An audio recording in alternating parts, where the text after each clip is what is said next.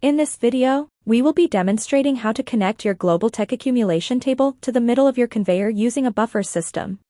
We will be demonstrating with a 3-foot table and 8-foot conveyor, but the same principles apply no matter the size of your table or attachment.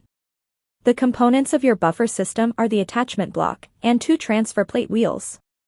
They will be customized to your container and may look slightly different from the ones shown in this video. Shown here are the tools you will need for setup. We will start by removing the brackets and guide rails on your conveyor. We will reinstall them much later in the process. We recommend placing your buffer system transfer plate towards the middle of your conveyor. It cannot be placed directly in the middle due to the location of these screws. Shown here is the buffer system transfer plate, the transfer plate wheels, and accompanying lock knobs. Slide the knobs, attached to carriage bolts, into the slot. Next, rest the arches of the transfer plate on the bolts. Make sure the washers on the carriage bolts are resting against the front of the transfer plate. Tighten the knobs to lock the transfer plate in place, like so. The transfer plate wheels can be adjusted horizontally within the transfer plate to accommodate different containers. When installing our buffer system, we want the wheels to be positioned as far outwards as possible. Use a 7/32 hex key and a 9/16 wrench to loosen the wheels in the slots and relocate them. We are almost ready to attach our accumulation table, but we need to level it first. Place your level on the line between 2 of the mounting posts, shown here. Do the same thing in the perpendicular direction.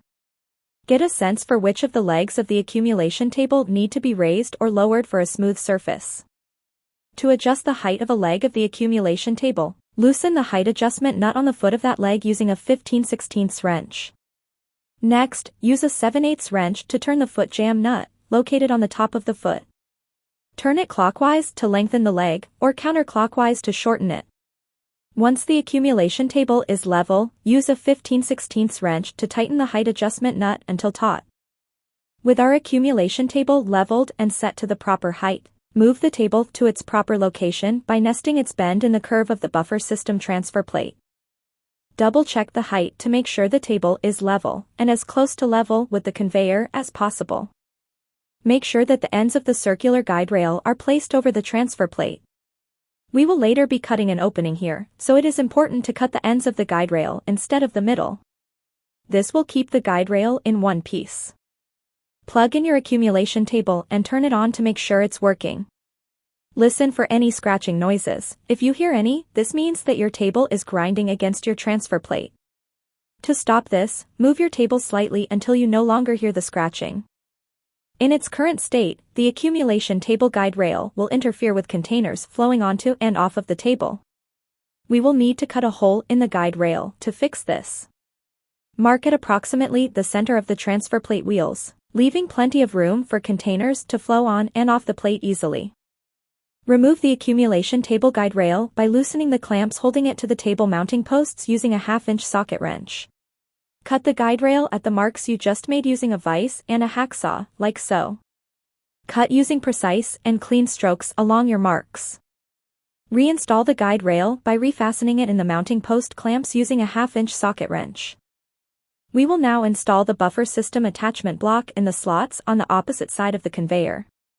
Push the carriage bolts in the attachment block brackets into the slots, then tighten them using a 1/2-inch socket wrench to lock the block in place.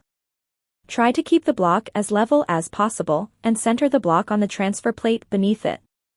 To adjust the height of the attachment block, place a container on either side of it within the curves. Loosen, but do not remove the nuts holding the attachment block in place to allow the block to move up and down along the height adjustment slots. Position the attachment block so it sits at about the halfway point on your container's body. Your containers should be able to pass smoothly through the stream without getting stuck, but also should not have too much room to get off course. Consider adjusting the horizontal positioning of the wheels, as we did earlier, if this is an issue. With our buffer system installed, our conveyor guide rails will no longer fit and will need to be cut. Lay the rails across the attachment block, and mark the guide rail furthest from the accumulation table on both sides of the attachment block, like so. Mark the guide rail closest to the accumulation table right above the center of each transfer plate wheel, like so. We will cut the guide rails at these marks. Cut the conveyor guide rails at the marks you just made using a vise and a hacksaw. Cut using precise and clean strokes along your marks. Reinstall your guide rails around your buffer system, like so. To adjust the height of the conveyor guide rails, loosen the black knobs on the sides and slide the guide rails up and down along the mounting slots.